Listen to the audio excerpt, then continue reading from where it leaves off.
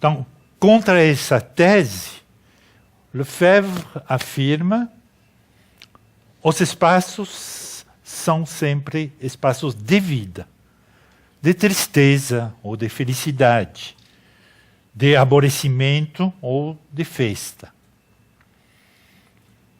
Assim, em lugar de escapar ao pensamento crítico por ser neutros, os espaços devem ser analisados como uma produção social, como o resultado de uma prática política e social.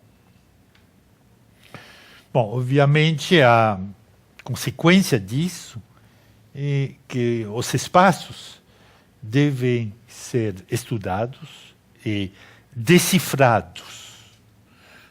É preciso, uma frase do Lefebvre, ler esses formulários de feiticeiros irritantes e ainda indecifráveis que nos apresentam os nossos campos e as nossas cidades, as nossas igrejas e as nossas obras de arte. Né?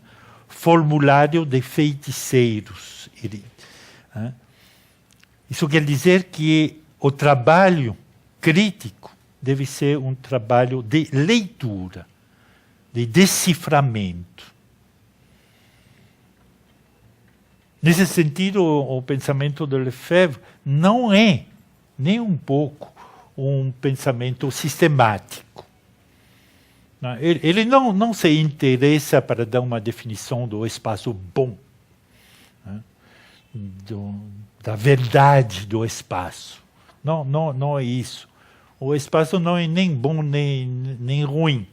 O espaço é um espaço dado, é resultado de um processo social. Então, importa conhecer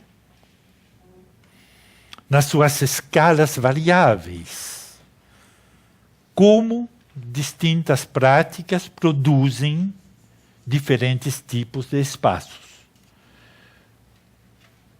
e diferentes qualidades de espaços. Mas a qualidade vai ser analisada a partir da experiência que do espaço fazem os utilizadores desses espaços. Então, tem alguns espaços que preservam os interesses das pessoas, mas outras não. Tem espaços que obedecem puramente a lógicas centrais, lógicas abstratas, institucionais. E outras não. Então, a apropriação é uma ação que se opõe à dominação. Dominação é a maneira de organizar um espaço a partir de conceitos alheios aos utilizadores. A apropriação, ao contrário, é a maneira de recuperar esses espaços dominados por lógicas alheias pelos cidadãos, os moradores, etc. Então, aqui aparece essa diferença fundamental entre a ideia, a noção de dominação, que é um ato técnico. Ato técnico que fica exterior à coisa dominada. Como é, por excelência, a ação do Estado. O Estado age de maneira abstrata com relação aos atores. Isso é o que Lefebvre chama de dominação. Todo ao contrário, a apropriação consiste numa adaptação recíproca do homem e do seu meio ambiente urbano. Ela define também a ecologia das relações entre o homem e a natureza, como uma negociação permanente. Então, a apropriação se manifesta. E por isso temos que ler o resultado dessa apropriação. Decifrar, para saber de qual processo ela resulta. Ela se manifesta, por exemplo, nas configurações das paisagens, dos cenários, da rítmica. Eu vou falar um pouco mais para frente da rítmica de uso. A rítmica é o ritmo do uso. Mas também ela se manifesta nas poéticas individuais ou coletivas, da maneira de reconstruir a história através da conformação dos espaços. Lefebvre nota que, com a industrialização, o processo de urbanização, o crescimento das antigas cidades, matou a cidade, o que ele chama de a cidade. Essa cidade que, doravante, estamos sonhando como um paraíso feliz, um paraíso feito de espaços diversos, complexos, de formas, sem segregação social, nem técnica espacial, sem espaços imensos e abstratos. Bom, uma cidade que hoje em dia estamos sonhando porque ela era conforme o tamanho do corpo humano. Nesse ponto, acho que encontramos uma convergência interessante entre essa imagem da cidade como medida humana e um livro bem antigo, mas que tem a sua contemporaneidade, que é a tentativa de Camillo Sitte, no final do século XIX, de restaurar a escada humana na hora da emergência do urbanismo moderno. Vocês se lembram o livro do Camillo Sitte, a construção das cidades segundo seus princípios artísticos. A palavra artística hoje sonha um pouco estranha. Se trata talvez mais bem de princípios estéticos, quer dizer, princípios que relacionam o espaço com a experiência dos habitantes, dos cidadãos. Tem um ponto interessante nesse livro do Sitte, quando ele fala da agorafobia. A agorafobia é uma doença que, de repente, aparece na segunda metade do século XIX. Nunca tinha falado de agorafobia antes. E por quê? Porque, de repente, com esse novo urbanismo, ele está falando, em particular, da transformação da cidade de Viena, na Áustria, onde ele morava. E a nova cidade cria, com relação a um poder novo, cria espaços enormes. E o homem se sente perdido nesse espaço. E a agorafobia nasceu como uma doença que existe nos livros de psicologia e de medicina.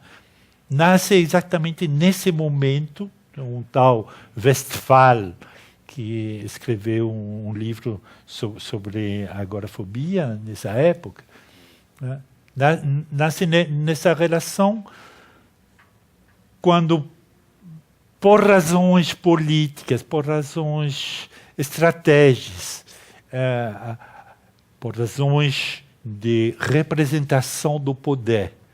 Os espaços viram enormes, porque o poder tem que ser enorme, potente.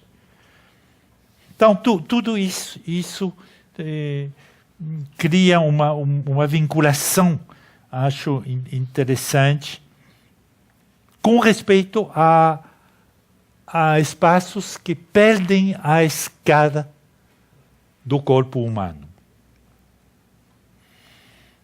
E isso se nota na transição do conceito de cidade para aquele de urbano. Né? Essa transição tem acompanhado um processo de destruição das relações sociais que abrigavam as cidades. Né? Isso é uma parte das análises de Lefebvre. É preciso, pois, para ele, mas também era assim para o Camilo Sitte, reinventar espaços conforme a novas relações entre os homens, mas, obviamente, conforme também as novas formas do espaço urbano. Não se trata de voltar atrás, mas sim de inventar novas relações entre centro e periferia urbana, por exemplo, com relação ao habitante que vive nesses espaços. Então, para poder imaginar essas novas relações, é preciso entender qual foi a lógica tanto social como corporal, que destruiu as condições aceitáveis anteriores. E aqui voltamos mais uma vez à crítica da abstração racional funcionalista ou instrumental, como fala o Marcuse, que imaginou no urbanismo do século XIX a setorização, que deu toda a importância ao trânsito, de preferência a, por exemplo, deambulação. Claro, é importante o trânsito, as mercadorias precisam de comunicações, de estradas grandes, etc. Mas também o habitante, o morador, precisa de deambulação. E aqui, Lefebvre volta a denunciar, mais uma vez, o papel do Estado nessa evolução. Com o desenvolvimento do Estado, das suas agências de urbanismo, das suas necessidades enquanto detentor da violência legítima. Bom, aqui ele pensa nos espaços da polícia, do exército, os espaços para a justiça. Então, todo esse processo que está diretamente ligado ao Estado cria novos tipos de espaço. Então, o Estado, através dessas instituições, fez com que o espaço urbano ficou cada vez mais ocupado por espaços que não correspondem a necessidades imediatas dos moradores, dos habitantes, dos cidadãos. Então, é essa falta de conexão com a vida que caracteriza exatamente o que é a abstração dos espaços. E aqui voltam as praças imensas do Sitte. Uma boa parte do livro de Sitte é analisar as pequenas praças das cidades italianas. Pequenas praças, como se entra, como se vê uma saída, um símbolo da arte, do poder, da religião, tudo bem, mas tudo dentro de um espaço que tem uma relação com o imaginário e o sentido do corpo do habitante. Então, essas praças imensas, os espaços que Lefebvre chama de espaços de controle, mas também a repetição de modelos arquitetônicos homogêneos, tudo isso cria uma certa abstração. Tudo isso faz com que a expressão das diferenças resulta cada vez mais difícil, mais improvável. E, bom, nesse raciocínio, evidentemente, Lefebvre desenvolve uma contestação violenta do urbanismo, tal como pensado por Le Corbusier nos anos 20, e sua lógica funcionalista, a qual, afinal, serve somente os interesses centrais, o capital, o Estado, a burocracia. Bom, isso é uma parênteses, mas acho importante de lembrar que, não por acaso, em seu livro Urbanismo, né, de 1924, Le Corbusier prestava homenagem às práticas romanas, fazendo da linha reta e das formas geométricas um elogio monumental. Ele escreveu: os romanos, Le Corbusier, os romanos eram grandes legisladores, grandes colonizadores, grandes chefes de negócios. Quando eles chegavam em algum lugar, no cruzamento de rotas, na beira de um rio, eles pegavam o esquadro e traçavam a cidade retilínea para torná-la clara